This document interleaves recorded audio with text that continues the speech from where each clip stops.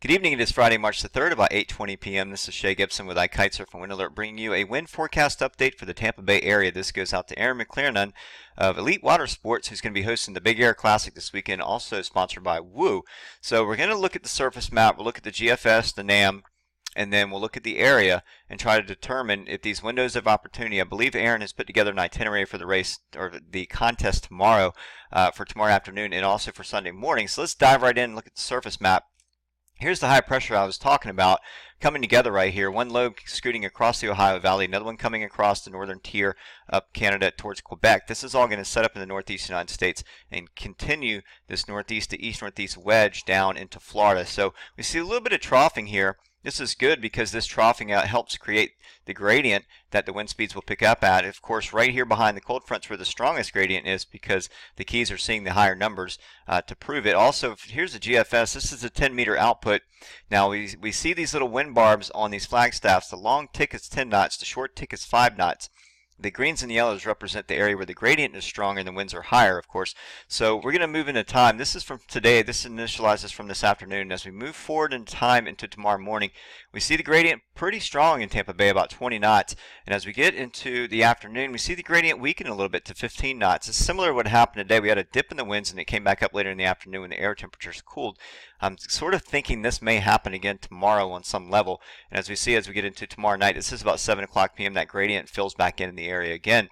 The GFS also carries this into Sunday morning, where the gradient starts out pretty strong, about 7 o'clock a.m. You're looking at 20 to 25 knots, and then it backs off again into the afternoon and then comes up again later. So the GFS is sort of reading this, and if we look at the NAM4, this is the equivalent. The NAM4 kilometer is the equivalent of our NAM5 in our models in iKitesurf.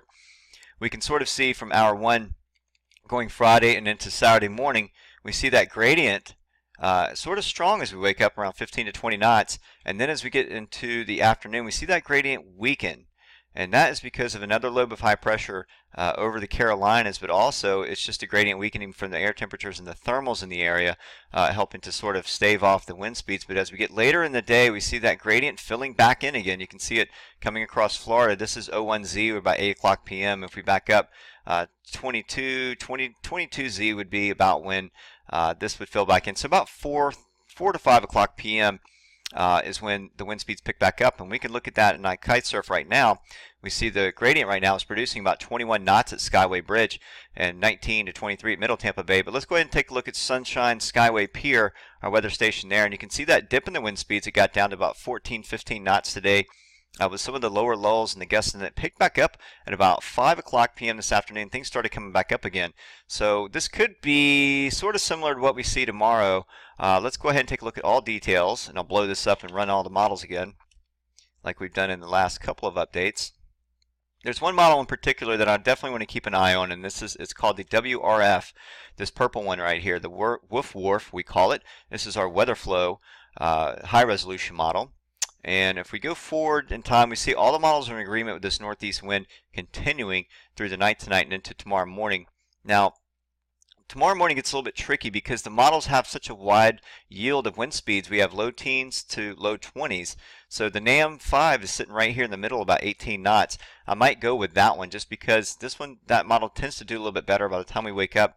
And as we go into the afternoon, it looks like all the models are in agreement for this dip also in the wind speed. So we look like mid-teens, and then later in the afternoon the models start to pick the winds back up again. So here's the NAM5. The Woof Wharf really brings it up into the low 20s. That's not out of the question. I would pin it somewhere in the middle. So for tomorrow afternoon, I think by about 4 o'clock p.m. or so, we may see that wind start to come back up to about 18 to 22 knots. We could get lucky and see 20 to 24 knots, which would actually be helpful for the Big Air contest. Now if we go forward into Sunday, we see that the winds really, they kind of start out pretty strong in the morning. This is 6 o'clock a.m. right here. A lot of models are again, we have a wide yield of speeds, but the NAM5 here, we have the GFS and the WW3 here, and then as the Woof Wharf doesn't go out that far, it stops right about here because it's such a high resolution model, it just can't carry forward that much in time. But you see by 10 o'clock a.m. the NAM5 and the GFS are right here. We may be looking at 20 to 24 knots Sunday morning, carrying through late morning into midday. So that actually might be the higher speeds. This number could even go up a little bit higher. We may see gusts in the upper 20s. So we'll see what happens. But it looks like the wind speeds kind of hold through the day. All these models that were lower bring it up throughout the day on Sunday as the winds lean more east in time. You can see the more easterly gradient. But there's some other factors in play there that are helping to keep that gradient going on Sunday, and that actually might be the strongest day of all if it doesn't happen tomorrow afternoon exactly as planned. So I'm going to go with the forecast tomorrow afternoon, 18 to 22 knots building after about 3 o'clock p.m. We'll probably see a dip down in about what we saw today, about 13 to 15 knots, and then pick back up again, 18 to 22 by late afternoon into evening. As we get into Sunday, we probably start out around 18 to 22 knots and build, and I'm going to go ahead and call 19 to 23 knots. That way we get into the low 20s, but not quite the mid 20s, and then that slowly fades later in about mid-afternoon to late afternoon. So that's going to do it. We'll take a quick look at the temperatures for the Tampa Bay area. Things are pretty much still on track. We have about 73 degrees for Saturday and Sunday for highs. The water temperature is about the same, about 73 to 74 degrees. And that will do it for this wind forecast for the weekend. Wish you all the best of luck, and let's see what happens. Hopefully those wind speeds will come up tomorrow afternoon as forecast.